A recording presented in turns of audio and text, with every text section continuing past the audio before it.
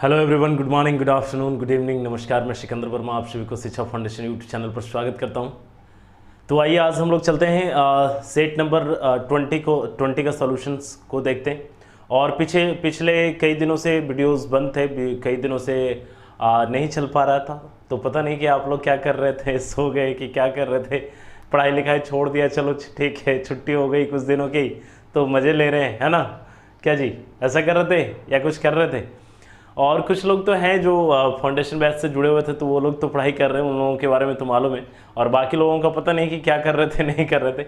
वैसे ठीक है, चले कुछ दिनों की छुट्टी हो। एक्चुअली मेरी अचानक से तबीयत ख़राब हो गया, और फिर जैसे ही तबीयत ठीक हुआ और फिर मैं एक दिन बाहर जा रहा था, अचानक से वो एक्सीडेंट हो गया, बाइक एक्सीडेंट हो गया। और उसी वजह से फिर हालांकि अभी वो उससे हम बढ़िया से उबर नहीं पाए, लेकिन फिर भी अब ठीक है, अब कोई दिक्कत ज़्यादा नहीं है। तो चलिए खैर, अब लेकिन हम लोग रेगुलर करेंगे, रेगुलर चीज़ों को करेंगे। और बहुत सारे एग्जामिनेशंस हैं, और एग्जामिनेशंस को पॉइंट ऑफ व्यू को रख करके, एग्जामिनेशन पॉइंट ऑफ व्यू से हम लोग काम करेंगे। क्योंकि मेन जो बात है ना, मेन मुद्दा जो हम लोगों का है वो है एग्जामिनेशन को क्वालिफाई करना। जब तक हम एग्जामिनेशन क्वालिफाई नहीं करेंगे तो फिर कोई मतलब नहीं है, पढ़ने लिखने का कोई फायदा नहीं है। ठीक है, मतलब अब चूंकि इतना तो पढ़ ही लिया कि अब आदमी लाइफ सर्वाइव कर सकता है, लेकिन अब जब आगे पढ़ रहे हैं तो इसका बस एक ही मकसद बन जाता है कि आपको एग्जामिनेशन क्या करना है, क्वालिफाई करनी है। सो अब जो है ना, पढ़ाई इसी तरीके से होगी, और जितने भी क्वेश्चंस होंगे तो एग्जामिनेशन से रिलेटेड क्वेश्चंस होंगे। और ऐसे भी अभी तक भी जो मैंने करवाया है वो रिलेटेड क्वेश्चंस ही करवाया, ऐसे नहीं कि बस ऐरा गैरा क्वेश्चंस करवा दिया बस काम खत्म हो गया, ऐसा वो वाला काम हम करवाते भी नहीं है। और मेरा जो मकसद रहता है और मेरी जो कोशिश रहती है, हमेशा ये कोशिश रहती है कि भाई आपका जो जब तक जॉब नहीं हो जाए ना तब तक बैठना नहीं है, बस ये बात ध्यान में रखिए। तो इस बार जो भी आपने एग्जामिनेशन का फॉर्म भरा है, चाहे आप IBPS का भरे हों या फिर आपने CPO का भरा हो या जो भी पोस्ट ऑफिस वगैरह जिसका भी आपने ये फॉर्म भरा है, तो ये तो खैर है कि आपका मैथ्स में गारंटी मैं ले रहा हूँ कि आपका उसमें आपका कहीं भी कोई दिक्कत नहीं होगा। जी बिल्कुल 100% उसमें मार्क्स लेकर के आएंगे, नहीं लाने का सवाल ही नहीं है। हाँ, लेकिन मैं जितना मेहनत कर रहा हूँ उसका दोगुना मेहनत आपको करना पड़ेगा, ये बात ध्यान रखिएगा। इतना तो करना पड़ेगा, अगर आप नहीं करेंगे तो फिर दिक्कत है। इतना तो करना पड़ेगा। अगर मैं 1 घंटे आपको पढ़ा रहा हूँ तो 2 घंटे आप भी घर पे बैठ करके पढ़िए, है ना। ऐसा नहीं कि अच्छा सर की तबीयत खराब होगी, 10 दिनों की छुट्टी होगी तो चलो हम भी 10 दिनों की छुट्टी, क्या 20 दिनों की हम भी छुट्टी मना लेते हैं। वैसा नहीं करना है, वैसा नहीं करना है। और देखिए वो अचानक वाली बात थी, तो अचानक से चीज़ें हो गई, तो चलिए खैर कोई बात नहीं। और रेगुलर अब बने रहना है, रेगुलर हम लोगों को काम करना है और पढ़ाई करते रहना है। तो चलिए स्टार्ट करते हैं आज हम लोग सेट नंबर 20, और फिर सेट नंबर 21 आज आप लोगों को मिल भी गया होगा। तो अब इस तरीके से रेगुलर अब सेट जाते रहेंगे, ऑल्टरनेट में भी, लेकिन ऑल्टरनेट में सेट जाएगा। अब जो है ना, कई लोगों का था सर कि अब 25 क्वेश्चंस जो दे देते हैं तो थोड़ा सा समय ज़्यादा लग जाता है, तो इसलिए आप उसको थोड़ा सा कम कर दीजिए। तो मैंने सेट 20 कर दिया है, 20 नंबर ऑफ क्वेश्चंस 20 कर दिए, लेकिन डे ऑल्टरनेट ही रहेगा। और एक दिन जो बीच में बचेगा, अभी तो नहीं, अभी इस वीक में मैं जो एक दिन है उसको मैं रेस्ट ही करूँगा, चूँकि अभी डॉक्टर ने मेरे को भी रेस्ट करने के लिए बोला है। ठीक है, तो अभी जो है अभी वो एज इट इज़ चलेगा, मतलब एक दिन ऑल्टरनेट ही क्लास चलेगा। ठीक है, यानी कि अभी सिर्फ सेट का सॉल्यूशन चलेगा, सेट चलेगा और सेट का सॉल्यूशन। और जैसे ही इस सप्ताह के बाद जैसे मेरा तबीयत थोड़ा ठीक हो जाएगा, बढ़िया हो जाएंगे, फ्रेश हो जाएंगे, हालांकि अभी भी ठीक है लेकिन थोड़ा और उभरने की ज़रूरत है, तो वैसा हो जाएगा तो फिर हम लोग क्या करेंगे, ये करेंगे, एक दिन सेट करेंगे और दूसरे दिन कुछ नया चीज़ों को हम लोग पढ़ेंगे जो कि हमारे एग्जामिनेशन से भी रिलेटेड है। जो क्वेश्चन सेट में भी आ जाता है, कई लोगों को नहीं मालूम है, तो उससे भी दिक्कत हो जाती है। ठीक है जी, तो वीडियोस के अंत तक बने रहिएगा ताकि आपको सारे क्वेश्चंस का सॉल्यूशंस आपको मिल पाए। तो आप बहुत दिनों हो गए भाई, आप पता नहीं सॉल्यूशंस आपके पास है नहीं है, अगर नहीं है तो आप देखिए, वीडियोस को देखिए और समझिए चीज़ों को, कोशिश करिए समझने का, और अगर है तो मिलाते जाइए कि कितना आपका सही हो रहा है और कितना गलत हो रहा है, ये चीज़ को आप करते जाइए। ठीक है, तो देखते हैं किसका कितना सही होता है, लास्ट में मेरे को बताइएगा कि कितने लोगों का कितना सही हुआ और कितना गलत हुआ। ठीक है, अब और उसके बाद अब जो है ना, हम लोग फिर से एक बार स्टार्ट करेंगे और फिर से हम लोग उसी जोश के साथ और उसी एनर्जी के साथ एकदम इस बार फिर से लगना है, और इस बार उससे भी ज़्यादा एनर्जी के साथ हम लोगों को लगना है ना। हाँ जी, चलिए तो स्टार्ट करते हैं। तो देखिए क्वेश्चन नंबर 1 आपके स्क्रीन पे है भाई। कर द एवरेज ऑफ, हाँ ये है सेट नंबर 20 और क्वेश्चन नंबर 1 कह रहा है कि the average cost of 5 apples and 4 mangoes, 5 apples और 4 मैंगोज का जो एवरेज कॉस्ट है वो दिया हुआ है 36 rupees. This is the average cost. तो टोटल कॉस्ट कितना हो जाएगा इनटू में 9, चूंकि टोटल कॉस्ट की अगर हम लोग बात करेंगे तो 5 एप्पल्स है और 4 मैंगोज है, तो दोनों मिलकर के कितना हो गया 9, तो टोटल कॉस्ट इतना हो जाएगा भाई। और average cost of 7 apples plus average cost of 8 mangoes is equal to आपको दिया हुआ है कितना 48, तो टोटल कॉस्ट कितना हो जाएगा 15, मल्टीप्लाई करेंगे तो ये हो जाएगा। तो एक तो ये तरीका, और दूसरा फिर क्वेश्चन में क्या करा है कि find the total cost of 24 apples and 24 mangoes. आपको जो पूछा जा रहा है वो पूछा जा रहा है 24 एप्पल्स प्लस 24 मैंगोज का total cost. There is total cost, इसलिए यहाँ पे टोटल करना पड़ा, ठीक है। तो टोटल कॉस्ट पूछा जा रहा है, तो अब आप यहाँ पे देखिए, अगर आप यहाँ पे इसको ये ऐड करेंगे तो कितना हो जाएगा 12 एप्पल्स, और यहाँ भी करेंगे तो कितना आ जाएगा 12 मैंगोज, यानी कि टोटल 12 एप्पल्स और 12 मैंगोज का जो टोटल कॉस्ट हो जाएगा वो कितना हो जाएगा भाई। तो यहाँ पे देखिए, आप अगर मल्टीप्लाई करते हैं तो यहाँ पे आप अगर मल्टीप्लाई करेंगे तो देखिए कितना आ जाएगा। आपको अगर 36 में 9 से मल्टीप्लाई करना है तो आपको क्या करना चाहिए, मैंने कहा था कि एक जीरो बिठाइए और उसी से 36 माइनस करिए। अगर 360 है, 360 में से अगर 36 माइनस, तो 36 अगर आप माइनस नहीं कर सकते तो 40 माइनस कर लेते हैं। तो 360 में से अगर 40 माइनस कर लेते तो कितना बचता 320, कितना ज़्यादा माइनस कर लिया 4, यानी कि 324। ऐसे अगर आप मल्टीप्लाई करते तब भी आ जाता 9 छक 54 के 4 वाक़े थे 5, और 9 3 27 और 5 32, ठीक है।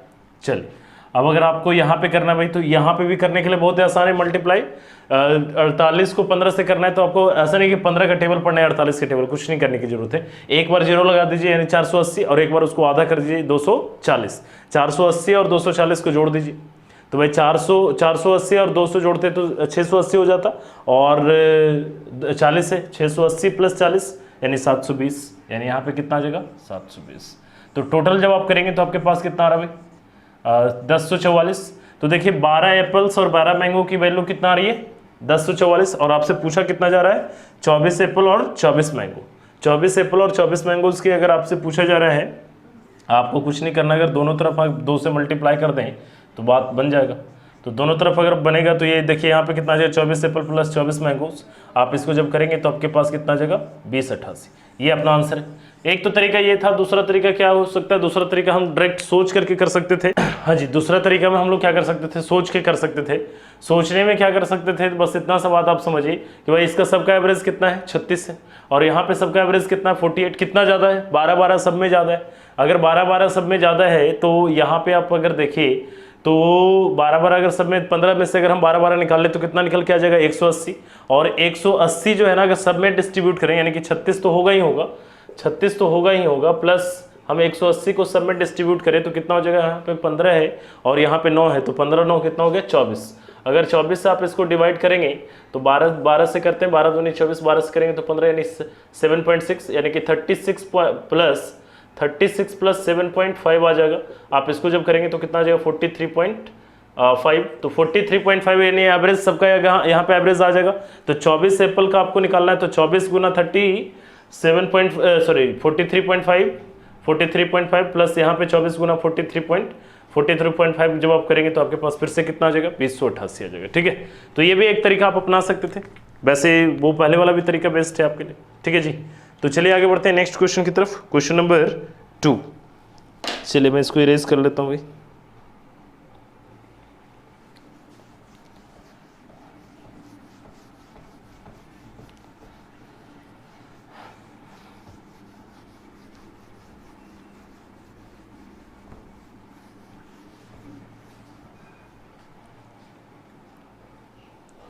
चलिए देखिए क्वेश्चन नंबर 2 आपके स्क्रीन पे आ गया है ना, मैं भी निकाल लेता हूँ भाई जी। क्वेश्चन नंबर 2 में कह रहा है कि if selling price is doubled the profit triples. यहाँ पे क्वेश्चन नंबर 2 है, इफ सेलिंग प्राइस से हम लोग क्या जानते हैं, selling price is equal to होता है कॉस्ट प्राइस प्लस प्रॉफिट, ये बात हम लोग जानते हैं, यही बात हम लोगों को मालूम है भाई कि selling price is equal to क्या होता है कॉस्ट प्राइस प्लस प्रॉफिट। तो यहाँ से अगर हम लोग सीपी अगर निकाल करके लाएं तो क्या हो जाएगा SP minus profit, SP minus profit. अब क्वेश्चन में कह रहा है, क्वेश्चन में ये बात कह रहा है कि अगर सेलिंग प्राइस को डबल कर दिया जाए तो प्रॉफिट ट्रिपल्स हो जाता है। तो सीपी कितना होगा भाई, सीपी यानी कि इसको डबल कर दें, यानी इसको अगर हम 2SP कर देते हैं तो प्रॉफिट कितना हो जाता है, ट्रिपल हो जाता है, यानी कि 3P हो जाता, 3 प्रॉफिट हो जाएगा। तो ये वाला पार्ट और ये दोनों तो सीपी इक्वल ही होगा, यानी कि इधर वाला ये और ये दोनों भी। तो देखिए यहाँ पे हम लोग क्या करेंगे, यानी कि ये इसको इक्वेशन 1 मानिए और इसको इक्वेशन 2 करिए, तो अपने पास कितना आ जाएगा, SP minus profit is equal to 2SP minus 3 profit. जब हम लोग इसको इधर इधर अगर हम लोग भेजते हैं, अगर हम लोग इसको इधर भेजेंगे तो अपने पास कितना आ जाएगा भाई, SP इज इक्वल टू, चूंकि इसको हमने इधर भेज दिया और उसको इधर भेज दिया, 2 प्रॉफिट, यानी कि SP अपॉन में profit is equal to 2 upon में 1, यानी अगर SP 2 होगा तो प्रॉफिट कितना होगा, 1 होगा। SP अगर 2 हुआ तो प्रॉफिट कितना होगा, 1 होगा। तो CP कितना होगा भाई, 1। तो कितने परसेंट का प्रॉफिट, अगर CP अगर 1 है और प्रॉफिट भी 1 है तो ये कितने परसेंट का प्रॉफिट है भाई, तो 100%। तो 100% जिसका भी आ रहा है वो बिल्कुल सही आंसर। इसको सोच करके भी बना सकते थे, इतना कुछ करने की जरूरत नहीं है। 100% इज द राइट आंसर। चलिए आप जो क्वेश्चन है ना, this is the bar graph है, आपको ग्राफ यहाँ पे देखिए दिख रहा होगा, है ना। चलिए इस ग्राफ को देखते हैं भाई, क्वेश्चन को समझते हैं।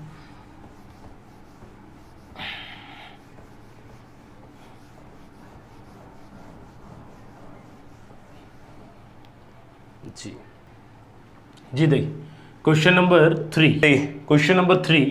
तो क्वेश्चन नंबर 3 में क्या कर रहा है, क्वेश्चन नंबर 3 में बस इतना सा बात आपको समझना है कि जो एवरेज रिजर्व्स जो है फॉरेन एक्सचेंज का जो एवरेज है, यहाँ पे जो एवरेज 2640 है, 3720 है, 2520 है, ये सबका जो हम लोग एवरेज निकाल करके लाएंगे तो इसका अगर आप एवरेज निकालेगा तो 3400 समथिंग आएगा, है ना।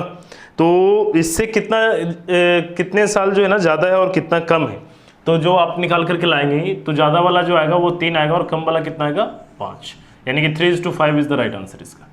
इसी में मैं यहाँ पे 4 बता दे रहा हूँ भाई।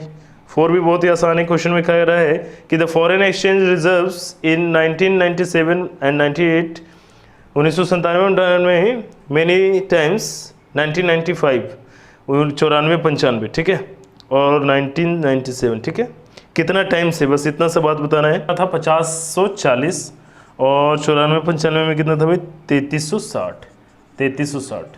इन दोनों को काटिए, आपके पास कितना रहे, 3 से काटिए तो 3 6 18, सॉरी 3 1 3, 2 और 0, 3 6 18 और फिर 3 8 24, ठीक है। और इसको अगर हम लोग काटेंगे तो 1 1 और 2, ठीक है। और कट रहा है, नहीं कट रहा है। और कितने से कट रहा है भाई, देखिए 7 से कट रहा है, 7 से कट रहा है। 7 2 14, 2 और 7 4 28, 7 2 14, 7 4 28, ठीक है। 7 से अगर हम लोग इसको काटेंगे तो कितना आ जाएगा, 7 1 7 और अपने पास आ रहा है 4 7 6, ठीक है। अगर हम लोग इसको काटें तो फिर ये 8 से कट जाएगा, 8 दूनी 16, 8 3 24, यानी अपने पास कितना आ रहा है 3/2, यानी कि कितना आ रहा है 1.5 times. 1.5 times is the right answer. जिन लोगों का भी 1.5 टाइम्स आ रहा है वो बिल्कुल सही आंसर है जी। 1.5 टाइम्स ही होगा क्वेश्चन नंबर 4 का। और क्वेश्चन नंबर 5 में कह रहा है कि for which year the percent increase of foreign exchange reserves over the previous year is the highest. कौन सा साल में जो है ना हाईएस्ट है, ये बात आपको बताना है। कौन सा साल में हाईएस्ट है आपको ये दिखाना है भाई। तो देखिए प्रीवियस ईयर से तो 92-93 में देखते हैं। 92-93 में यहाँ 2640 से 3700 हो रहा है। उसके बाद 93-94 में देखिए, 93-94 में 2520 से 3360 हो रहा है। और 95-96 में देखते हैं तो 95-96 में तो कम हो रहा है भाई, तो इसमें तो होगा नहीं। 93-94 में भी कम हो रहा था, बढ़ नहीं रहा था, तो 92-93, यानी यही अपना आंसर है, ऑप्शन नंबर ए। बस इसमें तो देख करके आंसर करने का था, इसमें कुछ है नहीं। 5वां का जो आंसर होगा वो क्या होगा, ए। इसका जो आंसर होगा वो होगा बी, और इसका 3 का भी जो आंसर था वो क्या था, ए। जिन लोगों का भी ये आ रहा है वो बिल्कुल सही आंसर, ठीक है। तो चलिए अब आगे बढ़ते हैं। यही 3 क्वेश्चन था इसमें, अब आगे बढ़ते हैं। अच्छा नहीं, एक और क्वेश्चन है इसमें, इसी में एक और क्वेश्चन है भाई। अच्छा नहीं, 2 क्वेश्चन और है, 5 क्वेश्चन है इसमें, है ना। तो यहीं पे बता देते हैं, अलग से इरेज नहीं कर रहे हैं।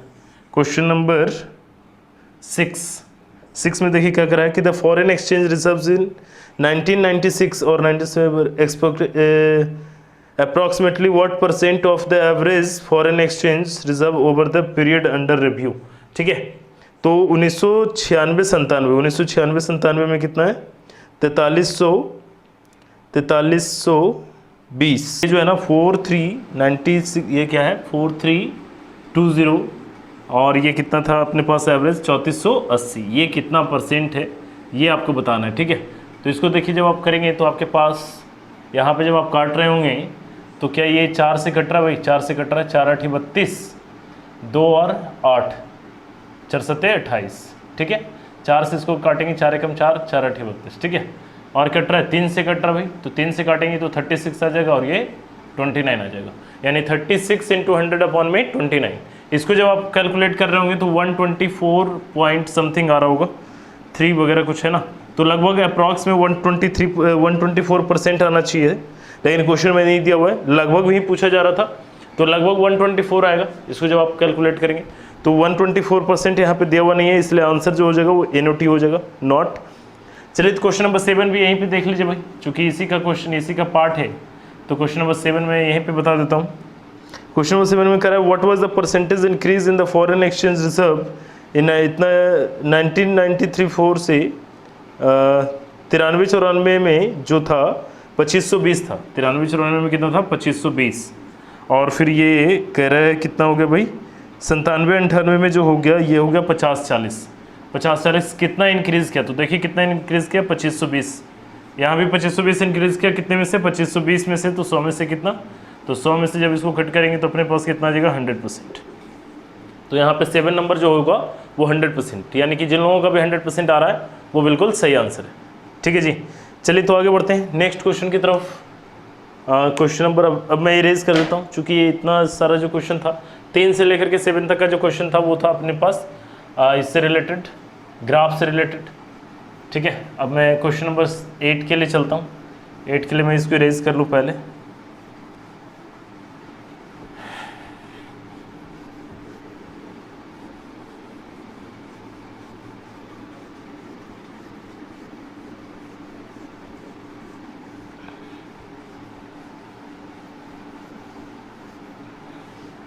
चलिए देखिए क्वेश्चन नंबर 8 में क्या करा है, करा भाई the income of Amla is 20% more than that of Bimla. Question number 8, Amla, Bimla और कमला, ये 3 लोग, अमला, बिमला और कमला, ये 3 लोग हैं। तो करा कि अमला, the income of Amla is 20% more then, अमला का जो है बिमला से 20% ज़्यादा है। तो अगर इसका 5 है तो ये कितना हो जाएगा 6, यानी 20% का वैल्यू कितना होता है 1/5। तो बिमला का अगर 5 होगा तो अमला का कितना हो जाएगा 6। फिर क्या करा है then that of Bimla and 20% less than that of Kamla, और 20% लेस है कमला से। तो कमला का अगर 5 है तो बिमला का कितना होगा 4। ठीक है, 4 होगा भाई। अब क्या करा है, if Kamla's income goes down by 4% and Bimla's goes up by 10%, then the percentage by which Kamala's income would exceed Bimla's nearest to। तो देखिए सबसे पहले तो हम लोग इसका ये निकाल लेते हैं भाई। इसको जब हम लोग करेंगे तो अपने पास यहाँ पे देखिए ये जब 6 था तो ये 5 हो रहा था, जब ये दोनों मिलकर के 24 हो जाएगा, ये जब अपने पास 24 हो जाएगा तो जाहिर सी बात है इसमें 4 से मल्टीप्लाई किए हैं तो इसमें भी आपको क्या करना पड़ेगा 4 से मल्टीप्लाई करना पड़ेगा, तो ये 20 हो जाएगा। तो जब ये इसमें अपने 6 से मल्टीप्लाई किया तो इसमें भी 6 से मल्टीप्लाई करना पड़ेगा, यानी कि 30 आ जाएगा भाई। ठीक है, तो अब आप यहाँ पे देखिए अगर कुछ कट रहा है तो इसको फिर से काट लीजिए। 4 से कट रहा है नहीं, 2 से कट रहा है, तो 12 दूनी 24, 10 दूनी 20 और 15 दूनी 30, यानी कि इसका जो रेशियो आ गया वो कितना आ गया 12:10:15। ठीक है, और तो कुछ कट नहीं रहा नहीं। अब कह रहा है कि ठीक है, if Kamla's income goes down by 4%, कमला का जो है 4% कम हो जाता है। तो 4% कम होने का मतलब क्या है 0.6 कम हो जाएगा, चूंकि 0.15 1% का मतलब क्या हुआ 0.15, तो 15 चौके 60 यानी 0.6 कम हो जाएगा भाई। तो 0.6 अगर कम हो जाएगा तो इसका बचेगा कितना 14.4, 14.4 बचेगा। ठीक है, अब आगे बढ़ते हैं। And Bimla's goes up by 10%, Bimla's का जो है 10% बढ़ जाता है, तो 10% यानी 10 का 10% 1 होगा, तो 1 बढ़ जाएगा, तो यहाँ ये माइनस हो रहा था, तो इसका कितना हो जाएगा 11। ठीक है, अब आगे बढ़ते हैं। फिर क्या करा है, तो कमला की आय बिमला के निकटतम प्रतिशत से अधिक हो जाएगी। कमला की जो आय होगी वो बिमला से कितना अधिक हो गया भाई, तो देखिए यहाँ कितना अधिक हो रहा है, 3.4 अधिक हो रहा है, कितने में से 11 में से, तो 100 में से कितना, ठीक है, तो 100 में से कितना, तो लगभग कितना आ जाएगा 31%, चूंकि 11 या 33 है और कुछ अगर कट करेंगे तो अपने पास आ जाएगा, ठीक है ना, तो अपने पास यहाँ पे जो आ जाएगा अपने पास कितना आ जाएगा 31%, ये अपना आंसर है, ठीक है, 31% इज द राइट आंसर, ठीक है। तो चलिए अप्रॉक्स, चूंकि अप्रॉक्स वैल्यू पूछ रहा था, तो अप्रॉक्स में हम लोगों का जो आंसर होगा वो कितना हो जाएगा 31%, तो जिन लोगों का भी 31% आ रहा है वो बिल्कुल सही आंसर है। चलिए आगे बढ़ते हैं, नेक्स्ट क्वेश्चन नंबर 9।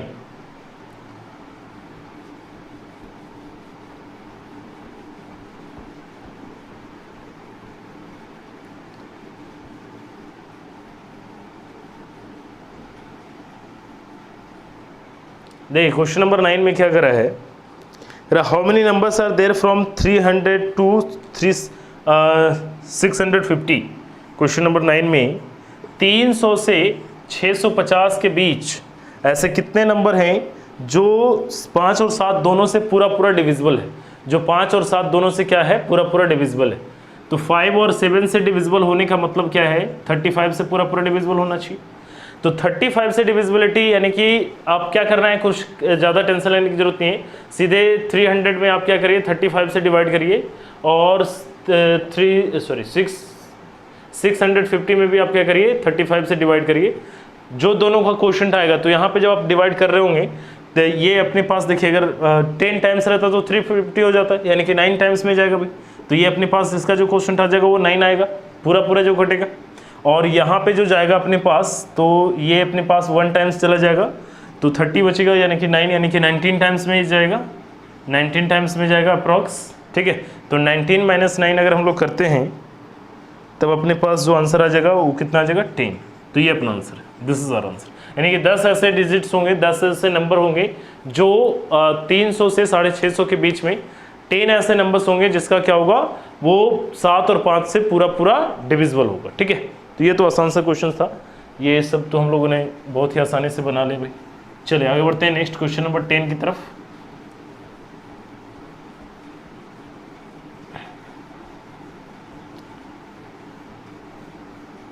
जी देखिए क्वेश्चन नंबर 10 में क्या करा है, question number 10, if the diameter of a sphere is 14 centimeter, then what is the surface area of the sphere? Simple सा बात है, सरफेस एरिया का आपको फार्मूला मालूम होना चाहिए। अगर सरफेस एरिया का फार्मूला अगर आपको मालूम है तो आप आसानी से बना सकते हैं। क्या होता है याद है? तो देखिए क्वेश्चन नंबर 10 में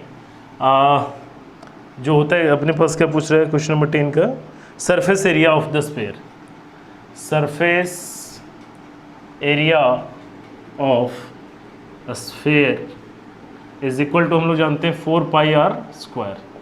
4 × पाई का वैल्यू 22/7 और r दिया हुआ अपने पास 7, तो 7 × 7, 7 से 7 मल्टीप्लाई कैंसिल हो गया भाई। अब जब आप इसको करेंगे तो अपने पास कितना आ जाएगा, 11 नहीं, इसको 11 कर देंगे तो ये 8 हो जाएगा भाई। 11 × 7 = 77 × 8 है, 22 × 88 × 7 कर लीजिए। 8 × 7 = 56 और 5 56 और 5 कितना हो जाएगा 61। 616 सेंटीमीटर है ना, 616 सेंटीमीटर स्क्वायर, ये अपना आंसर है 616 सेंटीमीटर स्क्वायर, यानी कि अपना option number B is the right answer. जिन लोगों का भी बी है वो बिल्कुल सही आंसर। चलिए आगे बढ़ते हैं नेक्स्ट क्वेश्चन नंबर 11 की तरफ। ये सब तो आसान सा क्वेश्चन था, फार्मूला अगर याद है तो आप आसानी से बना सकते थे जी। आगे बढ़ते हैं क्वेश्चन नंबर 11 की तरफ। ये क्वेश्चन नंबर 11 भी, तो 11 में देखिए क्या कह रहा है कि if the price of pen decreases by 20%, अगर 20% प्राइस ऑफ पेन डिक्रीज करता है, ध्यान दीजिए डिक्रीज करता है, then a man can buy 10 more pens for ₹100।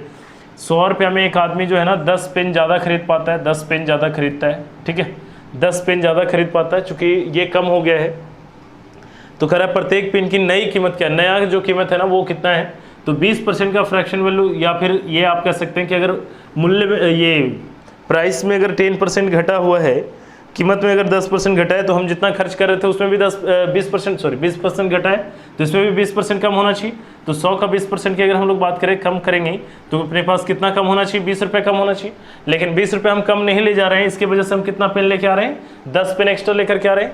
तो यानी कि 10 पेन की वैल्यू कितना हो गया, 20 रुपये। तो एक पेन का वैल्यू कितना हो जाएगा भाई, 20/10, यानी कि अपने पास कितना हो जाएगा, 2 रुपये पर पेन, 2 रुपीज़। यानी अभी का जो वैल्यू होगा, यानी अभी का जो मूल्य होगा, नया जो कीमत है वो पेन का, वो अपने पास कितना रहा है, 2 रुपया पर पेन।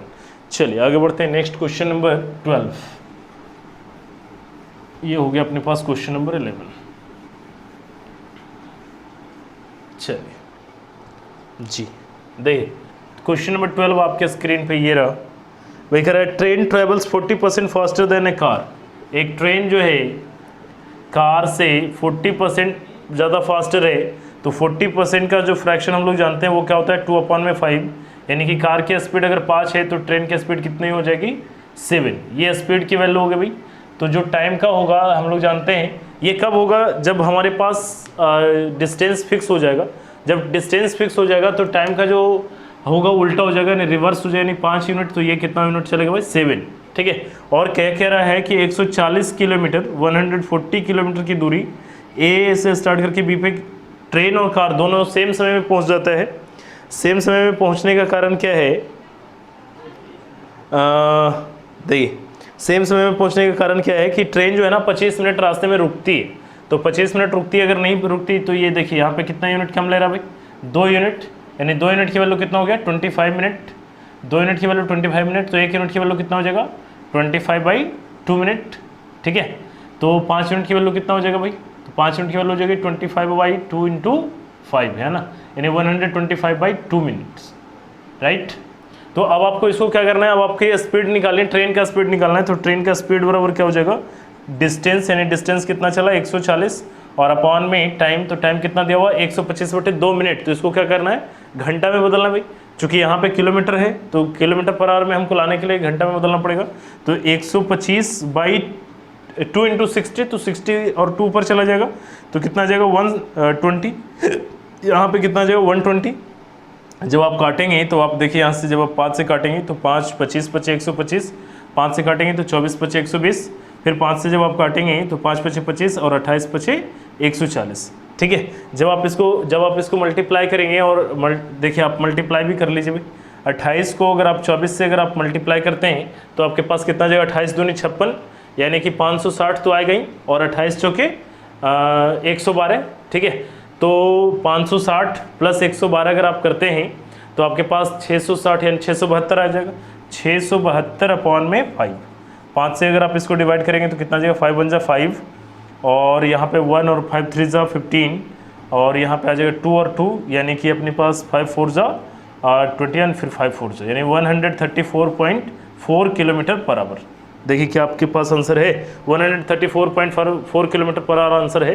तो यही अपना आंसर है। ठीक है, this is our answer, 134.4 kilometre. तो जिन लोगों का भी आ रहा है बिल्कुल सही आंसर है जी बिल्कुल, वेल डन, बहुत बढ़िया, good, keep it up. Question number 13 पे चलते हैं भाई। क्वेश्चन नंबर 13 में आपको एक फिगर दिया हुआ है और इस फिगर से आपको बनाना है। तो चलिए देखते हैं, फिगर आपके स्क्रीन पे दिख रहा है ना। तो आप इस फिगर को देखिए और समझिए चीज़ों को।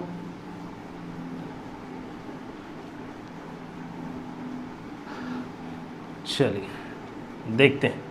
हाँ जी, देखिए क्वेश्चन नंबर 13। क्वेश्चन नंबर 13 में एक फिगर, चलिए मैं भी बना देता हूँ, यहाँ पे फिगर बना दे रहा हूँ। ठीक है,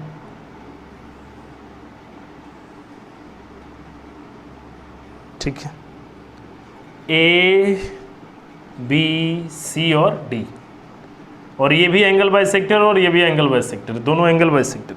ये एक से और ये भी एक से, और ये बाई है और ये भी बाई है, और ये अपने पास दिया हुआ, ये अपने पास दिया हुआ 48 डिग्री। अच्छा, इस तरह का लगता है क्वेश्चन, एक बार हम लोगों ने पहले भी बनाया हुआ है। यस, कह रहा है in the given figure ABC is a triangle, the bisectors of internal angle B and external angle C intersect at D। If इतना angle BDC is equal 48 degree, then what is the value of angle A। Angle A का value आपको निकालना है, बस इतना सा बात है, आपको एंगल A की वैल्यू निकालनी है।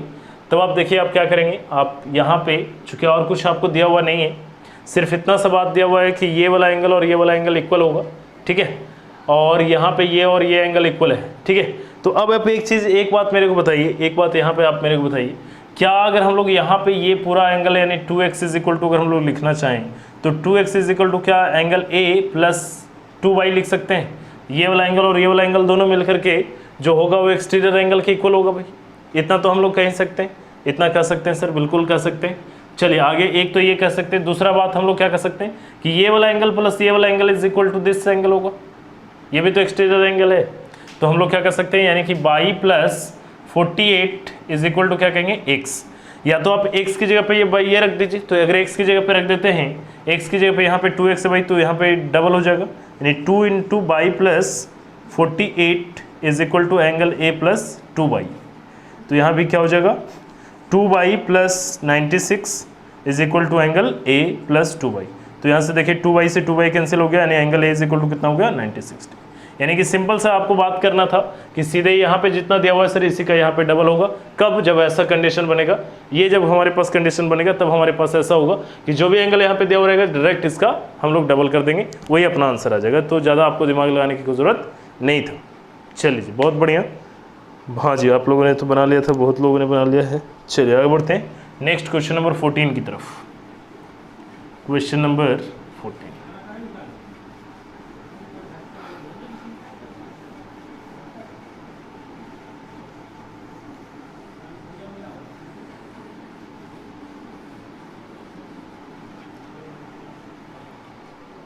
चलिए देखिए क्वेश्चन नंबर 14 में क्या करा है।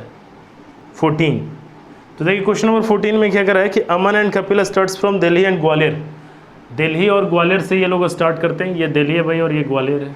यहाँ से अमन स्टार्ट करता है और यहाँ से कपिल स्टार्ट करता है। बीच में करा है कि बीच में है ना respectively towards their meet at Mathura. Mathura पे कहीं भी मिलते हैं, मथुरा पे मिलते हैं।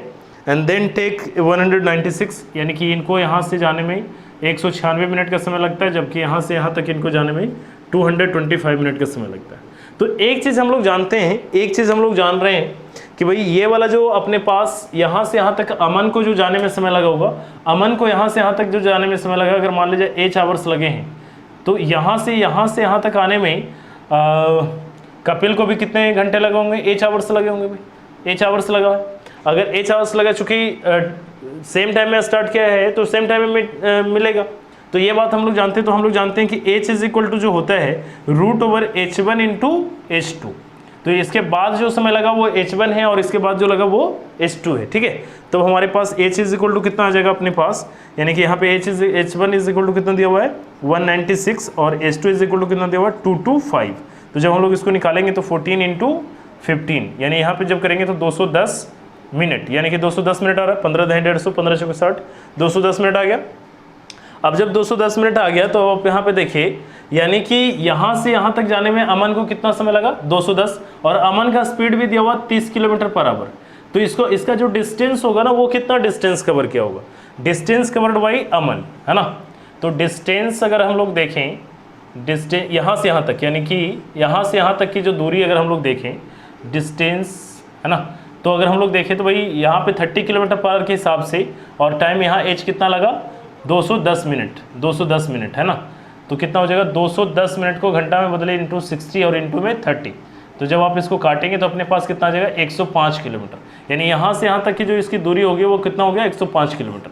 और यही 105 किलोमीटर की दूरी जो है इधर से जब कपिल आया तो इसको कितना समय लग गया 225 मिनट, ठीक है। तो स्पीड ऑफ कपिल क्या हो जाएगा भाई, स्पीड ऑफ कपिल की अगर हम लोग बात करेंगे तो कपिल का जो स्पीड हो जाएगा भाई 105 किलोमीटर चला, टाइम कितना इसने लिया 225 मिनट लिया। तो इसको हमको क्या करना पड़ेगा घंटा में बदलना पड़ेगा, ठीक है, दिख रहा है ना जी। तो 225 यानी कि अगर हम लोग घंटा में करेंगे तो 60 यानी 60 ऊपर चला जाएगा। तो जब हम लोग इसको कट करेंगे तो अपने पास कितना आ रहा होगा 28 किलोमीटर पर आवर। आप इसको कट करके देख लीजिएगा, अपने पास यही आंसर आ रहा है, ठीक है जी। 28 किलोमीटर पर आवर जिन लोगों का भी आंसर आ रहा है वो बिल्कुल सही आंसर है जी, बिल्कुल सही आंसर। चलिए आगे बढ़ते हैं नेक्स्ट क्वेश्चन की तरफ। क्वेश्चन नंबर 15 है ना। क्वेश्चन नंबर 15 में भी एक फिगर दिया हुआ है, देखिए आपके सामने स्क्रीन पे है भाई, इसको मैं इरेज कर रहा हूँ।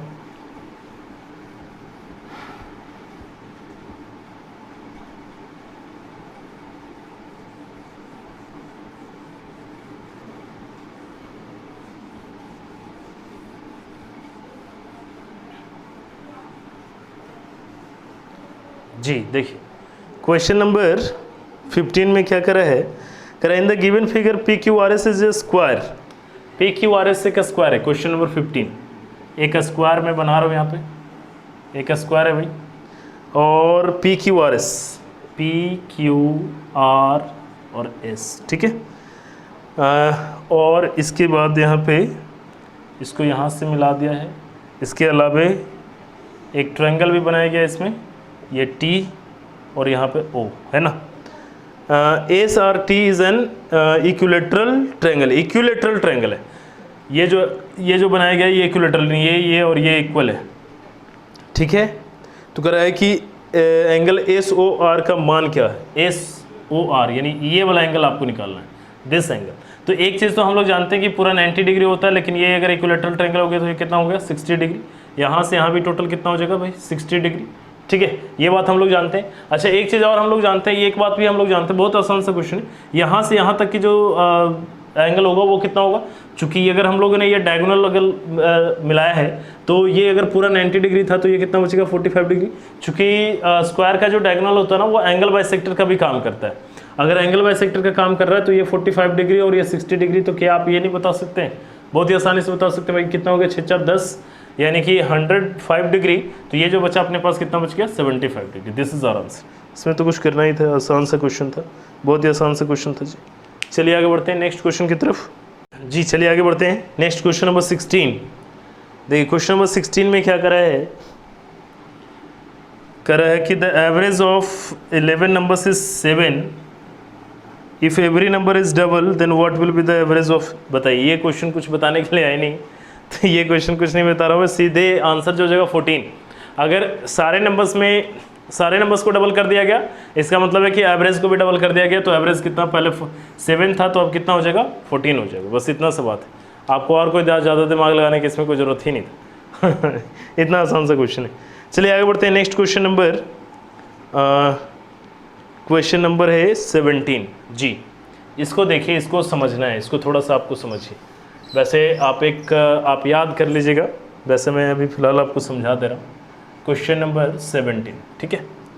कह रहा है कि x plus 1/x is equal to दिया हुआ अपने पास 5, तो आपसे कह रहा है कि x के पावर 5 प्लस 1/x के पावर 5 आपको बताना है कि व्हाट विल बी दैट, ठीक है। तो अब आप एक चीज़ आप समझिए, क्या हम लोग यहाँ से x square plus 1/x square निकाल सकते हैं? तो आप बोलेंगे यस सर निकाल सकते हैं। अच्छा, क्या यहाँ से हम लोग x Q plus 1/x Q निकाल सकते हैं? तब फिर आप बोलेंगे सर यस निकाल सकते हैं, ठीक है। तो x square plus 1/x square is equal to जब हम लोग निकालते हैं तो क्या होता है भाई, अगर इतना इज इक्वल टू 5 दिया हुआ है, या अगर मान लीजिए जैसे हम लोग पढ़े थे ना कि x plus 1/x is equal to अगर k है तो x square plus 1/x square is equal to कितना होता है, क्या हो जाता है भाई k स्क्वायर माइनस 2। ये याद है, इतना तो हम लोग जानते हैं क्या जी, इतना तो हम लोगों को मालूम है। तो यहाँ पे अगर हम लोग k स्क्वायर करेंगे, हम लोग 5 स्क्वायर माइनस 2 करेंगे, यानी यहाँ पे कितना आ जाएगा 23, ठीक है। एक बात तो यहाँ पे चला आया। दूसरा बात अब अपने पास यहाँ पे है, यहाँ से जब हम लोग निकालेंगे कि x Q plus 1/x Q की अगर हम लोग बात कर रहे हैं तो x Q plus 1/x Q की जो वैल्यू आती है वो कितना आता है भाई? जी बताइए जल्दी से, जी बताइए कितना होता है भाई? तो हम लोग जानते हैं इसको क्या होता है कि इसको अगर हम लोग जैसे अगर यहाँ पे 5 था, इसको सीधे इस तरीके से लिख लेते हैं, है ना। अगर मान लेते हैं अगर यहाँ पे के, मैं बता रहा हूँ, मैं डायरेक्ट कर दूँगा, ठीक है। तो इसका जो होता है वो होता है k स्क्वायर माइनस 2, और इसका जो होता है वो होता है k क्यूब माइनस 3k, ठीक है। ये सारा कुछ हम लोगों ने निकाल करके लाया। उसी तरीके से जब हम लोग x के पावर 5 प्लस 1/x के पावर 5 अगर हम लोग लिखना चाहते हैं तो डायरेक्ट इसका भी एक होता है भाई, वो होता है अगर हम लोग यहाँ पे करें तो k के पावर 5 माइनस 5k क्यूब और प्लस में 5k, ठीक है। डायरेक्ट अगर आप ये काम कर लेंगे तो आपके पास आंसर आ जाएगा, आपको ज़्यादा टेंशन लेने की जरूरत नहीं है। वैसे आप कैसे यहाँ पे पहुँचेंगे, तो इन दोनों को जब आप मल्टीप्लाई करेंगे और इधर वाले को भी मल्टीप्लाई करेंगे तो आपके पास ये बात निकल करके आएगा। तो कुछ चीज़ों को जब देखिए, अलजेब्रा एक ऐसा पार्ट है ना जिसमें कुछ चीज़ों को याद, अलजेब्रा है, ट्रिगोनोमेट्री है, ये कुछ ऐसा पार्ट है जिसमें कुछ चीज़ों को आपको याद रख, मेंसुरेशन है, तो इसमें कुछ याद रखना ही पड़ेगा, इसमें कुछ ये नहीं है, याद तो करना ही पड़ेगा थोड़ा बहुत चीज़ें, ठीक है, नहीं तो फिर समय लगेगा, नहीं तो फिर आपका समय कुछ ना कुछ जाएगा, ठीक है। तो अब आप यहाँ पे देखिए, अब आप यहाँ पे अगर डायरेक्ट करना चाहते हैं, हमें सीधे ये निकालना है, और इतना दिया हुआ के की वैल्यू कितना दिया हुआ 5, तो अगर 5 की वैल्यू दिया हो तो हम लोग क्या करेंगे भाई, 5 के पावर 5 और माइनस में 5 इंटू 5 के पावर 3 और प्लस में कितना है 5 इंटू 5। जब आप इसको मल्टीप्लाई करिए, देखिए हम लोग यहाँ पे 5 के पावर 4 हो गया, तो यहाँ पे हम 5 के पावर 4 अगर कॉमन ले लेते हैं तो कितना बचेगा यहाँ पे 5 माइनस 1 और इंटू यहाँ पे प्लस कितना हो जाएगा 25। तो यहाँ पे अगर हम लोग अगर यहाँ करेंगे तो कितना हो जाएगा 625 गुना 4 इज प्लस कितना हो जाएगा 25। 625 को अगर 4 से गुना करेंगे 6 चौके 2400, 25 चौके 100 2500, यानी कि 2500 प्लस 25 यानी कि अपने पास कितना आ जाएगा 25 यानी 2525 इज द राइट आंसर। जिन लोगों का भी 2525 आ रहा है वो बिल्कुल सही आंसर है जी बिल्कुल, बहुत बढ़िया। चलिए आगे बढ़ते हैं नेक्स्ट क्वेश्चन की तरफ। क्वेश्चन नंबर ये कितना था 17, तो ये क्वेश्चन नंबर अपने पास क्वेश्चन नंबर 18, ठीक है। चलिए मैं इसको रेज करता हूँ भाई। तो देखिए क्वेश्चन नंबर 18 में क्या करा है,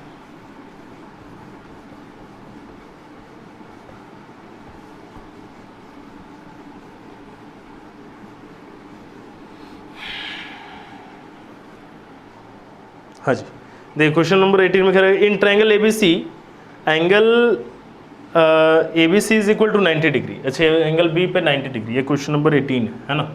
तो ABC एक ट्रायंगल बनाया गया है, तो A B और C, this is the right angle, this is the right angle. BP is drawn perpendicular to AC, BP जो है यहाँ से एक परपेंडिकुलर इस पे डाला गया है, ठीक है, AC पे डाला गया और BP is drawn perpendicular to AC if angle BAP is equal to 50 degree. BAP ये अपने पास 50 डिग्री दिया हुआ भी, ठीक है। अगर ये 50 डिग्री है then what is the value of angle PBC, PBC ये वाला एंगल आपको निकालना, दिस इज व्हाट। तो हम लोग जानते हैं कि जब राइट एंगल ट्रायंगल अगर ऐसा इस तरीके से होता है और उसके अंदर एक राइट एंगल ट्रायंगल बना देते हैं तो वो आपस में सबके सब क्या होते हैं, सिमिलर हो जाते हैं, ठीक है। तो सिमिलर अगर हो जाता है तो अब आप यहाँ पे देखिए, यहाँ सिंपल से बात है, अगर ये 50 है और ये 90 है, अगर ये 50 और ये 90 तो ये कितना होगा भाई 40। बहुत आसान सा क्वेश्चन था 40, अगर ये 40 और टोटल 90 था तो ये कितना बचेगा 50 डिग्री। ये सब क्वेश्चन कुछ बताने लायक है नहीं, बहुत आसान सा क्वेश्चन, ठीक है जी। चलिए आगे बढ़ते हैं नेक्स्ट क्वेश्चन नंबर 19 की तरफ। अच्छा 19 में भी देखिए एक फिगर दिया हुआ है, 19 में भी आपके पास एक फिगर है भाई, इस फिगर के सहारे आपको काम करना है। देखिए क्वेश्चन नंबर 19 और 19 में क्या करा है कि इन the given figure ABCD is a rhombus, ABCD एक रोम्बस है, बना लेते हैं जैसे जैसे बोल रहा हूँ वैसे वैसे बनाते जाते हैं भाई, है ना। ABCD A B और C और D, ठीक है। अब कह रहे हैं ABCD is a rhombus, BCE is an isosceles triangle with BC is equal to CE। अब यहाँ पे एक आइसोसेलेस ट्रायंगल बनाया गया है, यहाँ पे एक आइसोसेलेस ट्रायंगल बनाया गया जिसमें BC is equal to CE है, यानी कि ये और ये अपने पास इक्वल है। This angle and this this side and this side is equal, right. आगे बढ़ते हैं। Angle CB is equal to 84 degree, CBE ये अपने पास दिया हुआ 84 degree, right. And angle ADC is equal to 78 degree, ADC। अच्छा यहाँ से ये वाला भी पार्ट आपको मिलाया गया, ठीक है। तो ADC यानी कि ये पूरा ये वाला जो एंगल दिया हुआ है ये अपने पास दिया हुआ 78 डिग्री, 78 डिग्री। अब आपसे क्वेश्चन में क्या करा है कि एंगल DEC का मान ज्ञात करिए, DEC यानी ये वाला एंगल आपको बताना है, what will be the angle of this, ठीक है। ये एंगल आपको बताना है कि क्या होगा। तो एक चीज़ आप मेरे को बताइए कि हम लोग जानते हैं कि ये अगर ये अपने पास अगर एक रोम्बस है तो रोम्बस के आमने सामने के जो एंगल होते हैं वो क्या होते हैं, इक्वल होता है। आमने सामने के एंगल इक्वल होता है और सामने वाला जो एंगल होता है उसके 90 डिग्री होता है, ऐड करने के बाद 180 डिग्री होता है। तो यहाँ पे अगर ये 70 डिग्री था तो यहाँ भी कितना होगा भाई, ये 78 डिग्री होगा। और ये वाला अगर 78 था तो ये अपने 180 माइनस 78, 180 यानी कि कहने वाला 102 डिग्री होगा। और यहाँ भी कितना डिग्री होगा, 102 डिग्री होगा, 102 डिग्री होगा भाई। अगर ये 102 डिग्री है, अब एक चीज़ आप मेरे को बताइए, अगर ये 84 डिग्री है, अगर ये 84 डिग्री और ये वाला साइड इक्वल है, यानी इसके सामने के ये वाला पूरा का एंगल और इसके सामने ये वाला पूरा एंगल है ना, तो ये वाला अपने पास, ये भी अपने पास कितना हो जाएगा, 84 डिग्री हो जाएगा, ठीक है जी। चूँकि इसके सामने ये वाला एंगल और इसके सामने ये वाला एंगल है तो ये भी 84 डिग्री हो गया। अब अगर ये 84 डिग्री हो गया और ये भी 84 डिग्री हो गया तो ये वाला एंगल कितना होगा भाई, क्या ये वाला एंगल हम लोग निकाल सकते हैं? चूँकि अपने पास यहाँ पे टोटल तीनों कोणों का योग कितना होता है 180 डिग्री, तो 8 दूनी 16, 160 प्लस 8 168 डिग्री हो गया। तो अपने पास जो बचेगा वो अपने पास कितना बच गया 168 2 यानी कि 12 डिग्री, यानी ये वाला जो एंगल बचेगा वो कितना डिग्री बच रहा है 78 डिग्री हो गई। तो अब यहाँ पे एक बात देखिए, यहाँ पे एक चीज़ ध्यान देने की बात है कि सर अगर ये लाइन और ये लाइन अगर इक्वल है, और ये हम लोग जानते हैं कि चूंकि ये रोम्बस है तो रोम्बस है तो इक्वल ही होगा, अगर ये और ये इसके इक्वल है तो ये और ये भी इक्वल होगा भाई, अगर ये और ये इक्वल है तो टोटल हम लोग ये वाला जान रहे हैं, यानी कि ये वाला एंगल और ये वाला एंगल भी इक्वल होगा। अगर ये और ये एंगल इक्वल होगा तो टोटल हमारे पास ये कितना हो गया 102 और 12 यानी कि 114 डिग्री, तो बचा कितना 66 डिग्री, 66 डिग्री बचा, तो ये कितना बचेगा 33 डिग्री, और ये भी कितना बचेगा 33 डिग्री, यानी अपना जो आंसर होगा वो अपने पास कितना हो जाएगा 33 degree is the right answer. जिन लोगों का भी 33 डिग्री आ रहा है वो बिल्कुल सही आंसर है।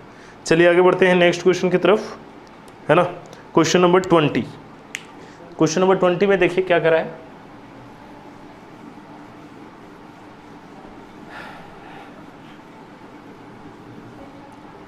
जी देखिए क्वेश्चन नंबर 20 में क्या करा है, कह रहा भाई कि what is the simplified value of simplified value 1 में सेक ए प्लस tan a का होल स्क्वायर। इसका होल स्क्वायर का जो है ना सिंप्लीफाइड वैल्यू आपको निकाल करके लाना है, बस इतना सा बात है। तो बहुत ही आसान है, इसमें सिंपल साइन कॉस में आप इसको, चूंकि साइन कॉस में आपसे पूछा जा रहा है, साइन में पूछा जा रहा है, तो आप साइन कॉस में इसको चेंज कर लीजिए भाई।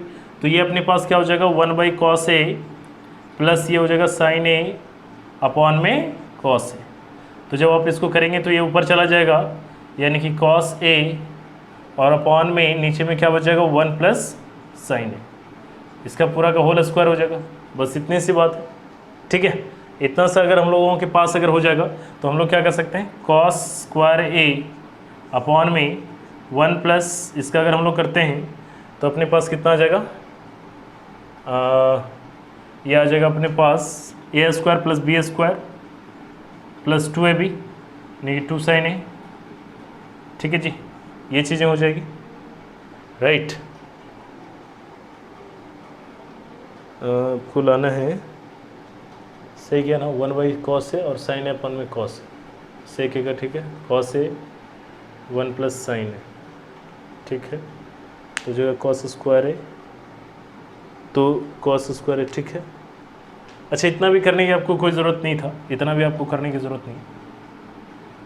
आप क्या करिए, इसको यहाँ पे 1 प्लस साइन ए का होल स्क्वायर आप कर लीजिए, तो आपके पास यहाँ इसको हम लोग क्या लिख सकते हैं 1 माइनस साइन स्क्वायर ए अपॉन में 1 प्लस साइन ए का होल स्क्वायर, ठीक है।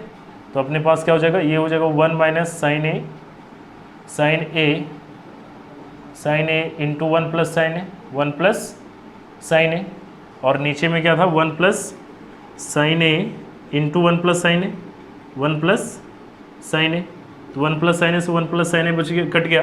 तो अपने पास जो बचा है 1 माइनस साइन ए अपन में 1 प्लस साइन ए, तो अपने पास जो आंसर होगा A is the right answer, यानी 20 का जो ए आ रहा है वो सही आंसर है, A is the right answer. बहुत आसान से। चलिए क्वेश्चन नंबर 21,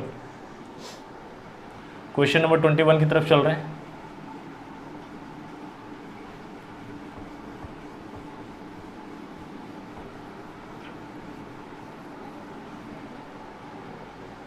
जी देखिए क्वेश्चन नंबर 21 में क्या कर रहा है,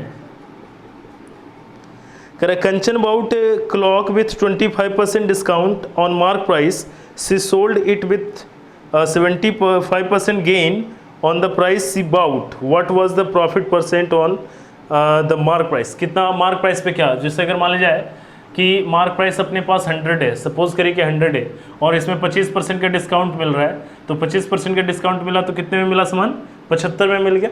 अब 75 में मिल गया, लेकिन खरीदे गए मूल्य पे 75% लाभ पे बेचता है, यानी कि 75 का 75%, यानी कि कितना हो जाएगा भाई 75 प्लस 75 का 75%, ठीक है 75%। इस पे अगर बेचा गया है तो 75% करने का मतलब कितना हो गया भाई परसेंट, यानी कि अपॉन में 100 हो जाएगा, तो 25 या 75, 25 चौके 100, ठीक है। अब जब इसको गुना करेंगे तो अपने पास कितना आ जाएगा 75 × 300 प्लस 75 तिया, यानी कि अपने पास हो जाएगा 150 प्लस 75 यानी कि 225 अपॉन में 4, यानी कि अपने पास हो जाएगा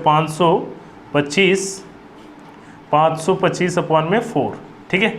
और अगर ये मार्क प्राइस पे अगर देखा जाएगा कि मार्क प्राइस पे कितना का प्रॉफिट हो रहा है, तो प्रॉफिट जो हो रहा है वो कितना हो रहा है भाई, 525/4 माइनस 100 अगर करेंगे तो अपने पास कितना आ जाएगा, 125/4।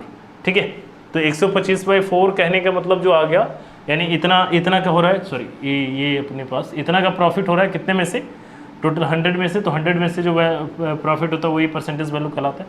तो सिंपल सी बात आ जाएगी, यानी 125/4, 4 से आप काटिए, 4 × 12, 4 एकम 4, और है ना 1/4%, 31 1/4% या 31.25%। ऑप्शन में बी है 31.25%, इसी को हम लोग 31.25% भी लिख सकते हैं, कोई दिक्कत नहीं है, गलत नहीं, दोनों सही है।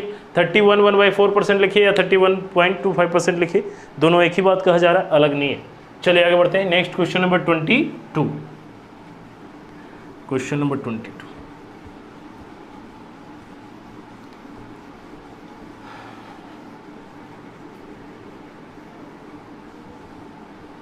देखिए क्वेश्चन नंबर 22 में क्या करा है, कह रहा है average age of Ram and Rahim is 18 years.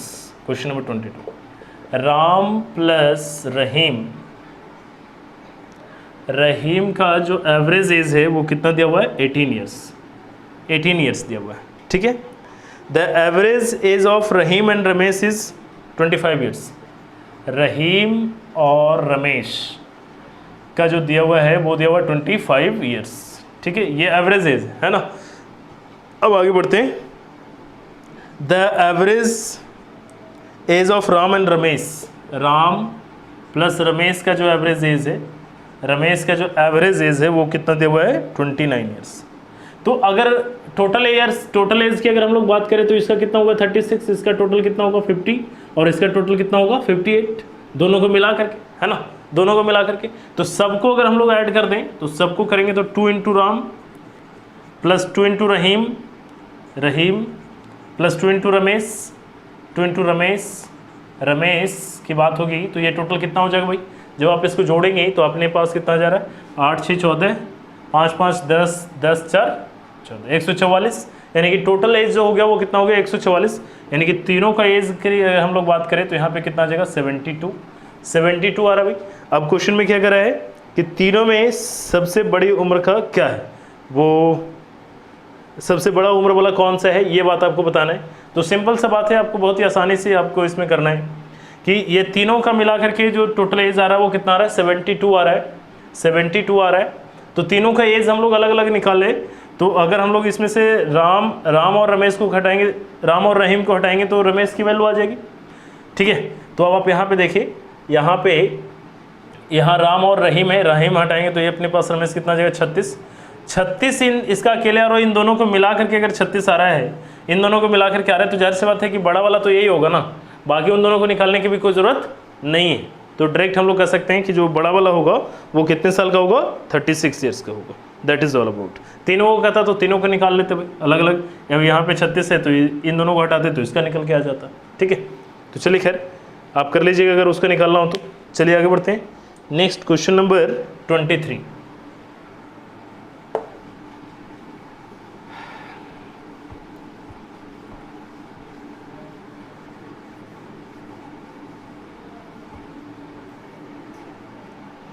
जी देखिए क्वेश्चन नंबर 23 की अगर हम लोग क्वेश्चन नंबर 23 में देखिए क्या करा है, एक ट्रायंगल है ABC, एक ट्रायंगल अपने पास ABC और इसको बढ़ाया गया आगे ABC और इसको D तक बढ़ाया गया, और ये वाला एंगल दिया हुआ 114 डिग्री 114 डिग्री, और एंगल ABC जो है ना हाफ ऑफ एंगल BSC के बराबर है, इसके आधा के बराबर ये है, तो यानी कि जाहिर सी बात है कि 2x होगा, तो इसका आधा के बराबर ये होगा, यानी कि ये x होगा। ठीक है, तो यानी कि 3x इज इक्वल टू हम लोगों को मालूम है 114 डिग्री, तो 3x इज इक्वल टू अपने पास कितना आ जाएगा 38 डिग्री, तो 2x इज इक्वल टू हम लोगों को निकालना है तो कितना आ जाएगा 76 डिग्री। तो 76 डिग्री जिन लोगों का भी आ रहा है वो बिल्कुल सही आंसर है, 76 इज द राइट आंसर। ठीक है, चलिए आगे बढ़ते हैं। Next question number 24।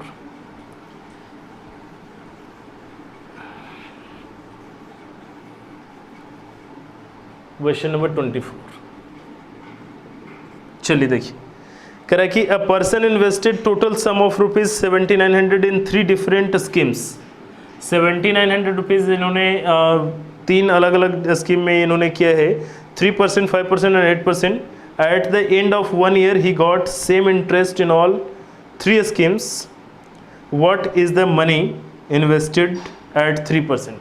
तो देखिए आप एक बात समझिए, अगर मान लेते हैं कि इसमें ₹100 इन्वेस्ट किया, इसने ₹22 इस पे इन्वेस्ट किया और इसमें ₹8 इन्वेस्ट किया है, ठीक है, और इसमें जो रेट ऑफ इंटरेस्ट चल रहा है, रेट ऑफ इंटरेस्ट है वो 3% के हिसाब से और ये 5% के हिसाब से है, और ये अपने पास कितना है 8% के हिसाब से, और 1 साल टाइम की बात हो रही है तो टाइम यहाँ पे 1 year है, यहाँ भी 1 year है भाई, और यहाँ भी क्या है 1 year है, और तीनों के तीनों जो इंटरेस्ट है वो तीनों सेम है, तीनों सेम है, यानी x का 3% बराबर है y का 5% बराबर है z का 8%, परसेंट से परसेंट कैंसिल हो गया, x is to y is to z अगर हमको निकालना है, x is to y is to z अगर हमको निकालना है, चूँकि x plus y plus z is equal to कितना हो जाएगा 7900, तो x is to y is to z आप निकालिए तो 3 यहाँ छुपा लेंगे, यानी 8 × 40 अनुपात बाई यानी 5 छुपाया 8 × 24 अनुपात जेड यानी 5 × 15, 40 अनुपात 24 अनुपात 15, तो टोटल अगर हम लोग यहाँ पे देख रहे हैं तो अपने पास कितना रहा 5 4 9 और 4 2 6 1 7 1 9, यानी 79 यूनिट। 79 यूनिट की वैल्यू क्वेश्चन में दे रखा है 7900, और आपसे क्वेश्चन में क्या पूछा जा रहा है 3% पर उसने कितना पैसा लगाया, तो 3% यानी x की वैल्यू, तो 40 यूनिट की वैल्यू यहाँ पे 2 0 लगाया था, तो 2 0 आप इसमें भी लगा लीजिए, यानी अपना जो आंसर होगा वो 4000 इज़ द राइट आंसर। तो जिन लोगों का भी 4000 आ रहा है वो बिल्कुल सही आंसर है जी। चलिए आगे बढ़ते हैं, next question number 25। Question number 25,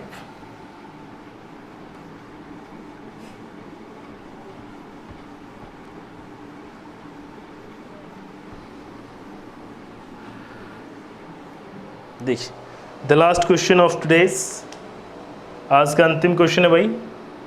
question number 25 में क्या करा है, x plus 1/x is equal to अपने पास दिया हुआ है 2, तो आपको निकालना है x की पावर 21 प्लस 1/x की पावर 1331, है ना, ये दिया हुआ है, ये अपने पास दिया हुआ है, ठीक है, तो इतना इज इक्वल टू आपको क्या करना है। तो देखिए इस वाले क्वेश्चन में मैंने पहले भी बता दिया था, इस तरह का एक क्वेश्चन पहले भी आया था, तो इसमें मैंने बताया था कि अगर x plus 1/x is equal to अगर 2 दिया हुआ है, तो ये आप हमेशा ध्यान रखिएगा, ये हमेशा ये बात तभी ये संभव है जब ये x की वैल्यू 1 होगा, तभी ये संभव है, अदरवाइज कोई संभव नहीं है। तो इसका भी आंसर जो होगा वो कितना होगा 2 ही होगा, दैट्स ऑल, ये अपना आंसर है, ठीक है।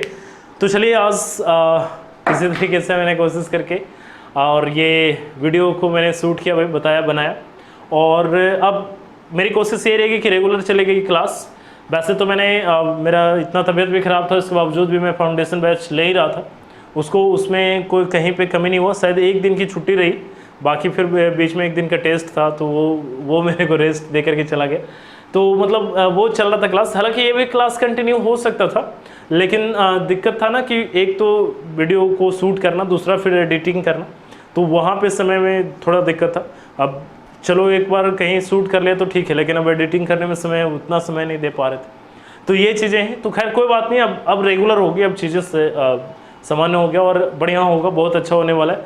लेकिन आप लोगों की तरफ से बस एक रिक्वेस्ट है, मेरी एक रिक्वेस्ट है आप लोगों से कि प्लीज़ आप रेगुलर बना रहिए, क्योंकि देखिए कभी भी आप इस बात को समझिए ना कि एक कम से कम एक तो ये प्रैक्टिस तो हो रही है ना, रेगुलर आप प्रैक्टिस में तो बने हुए हैं, ये एक अच्छा चीज़ है सर। अगर और फिर इसका कोई दिक्कत हो रहा है तो फिर मैं उसको आपको जूम ऐप पे क्लियर भी कर रहा हूँ, तो ये एक अच्छा बात है, एक बहुत ही बढ़िया सिंबल है। कम से कम मैथ तो आपका कहीं गड़बड़ नहीं हो रहा है, मैथ्स तो आपका पूरा 100% में से 100% आपके मार्क्स आने वाले हैं। लेकिन इसके लिए अब जो है ना आपके पास कि देखिए, एक बार तो आपको मैं सेट भेज रहा हूँ तब आप बना रहे हैं, ठीक है, दूसरी बार जब आप यहाँ पे वीडियोस को देख रहे हैं तब आपका दिमाग चल रहा है ना। ये नहीं कि अच्छा आंसर दे दिया और उसके बाद अपने दिमाग में लगे हो, नहीं, आप अगर कोई काम करिए ना तो with the dedication, with the honesty और डेडिकेशन का होना बहुत ज़रूरी है। मैं भी इसी तरीके से काम करता हूँ, आपके लिए कर रहा हूँ और इसी तरीके से कर रहा हूँ, ठीक है। तो प्लीज़ आप लोगों से एक रिक्वेस्ट है कि कम से कम रेगुलर बने रहिए, जितने भी लोग हैं, जो लोग भी हैं, प्लीज़ आप रेगुलर बने रहिए। जो लोग नहीं आ रहे हैं, जो इरेगुलर हैं, तो उनसे हमको लेना देना भी नहीं है, क्योंकि जो रेगुलर हैं हमको उन्हीं से लेना देना है, उनके रिज़ल्ट से हमको मतलब है। बाकी लोगों का भी रिज़ल्ट, मेरे को यही ख्वाहिश होती है कि सबका जॉब हो भाई, ठीक है। तो चलिए खैर, आज के लिए मैं इतना ही रखता हूँ, और फिर अगला जो वीडियोस होगा वो कल के बाद यानी एक दिन के बाद, फिर यानी ये सप्ताह जो है एक दिन के बाद वीडियोस आएंगी। जैसे सेट जाएगा उस तरीके से वीडियोस आएंगे, ठीक है। हाँ, लेकिन नेक्स्ट सप्ताह से हम लोग फिर क्या करेंगे कि सेट तो वो अल्टरनेट में चलेगा और बीच में फिर हम लोग कुछ कुछ एक्स्ट्रा पढ़ते भी रहेंगे। और मैंने बताया भी था, पहले भी मैंने बोला कि एडवांस की भी क्लास बहुत जल्दी स्टार्ट करने वाले, तो थोड़ा सा मेरे को रिकवरी हो जाने दीजिए और मैं जल्दी ही, बहुत जल्दी एडवांस भी स्टार्ट करने वाला हूँ। तो उसके लिए भी आप लोग रेडी रहिए, तैयार रहिए कि जल्दी से हम लोग एडवांस को भी कर पाएँ, ठीक है। तो चलिए आज की क्लास यहीं पे समाप्त करते हैं, फिर मिलते हैं हम लोग नेक्स्ट क्लास में। तब तक के लिए bye bye, have a nice day, good night.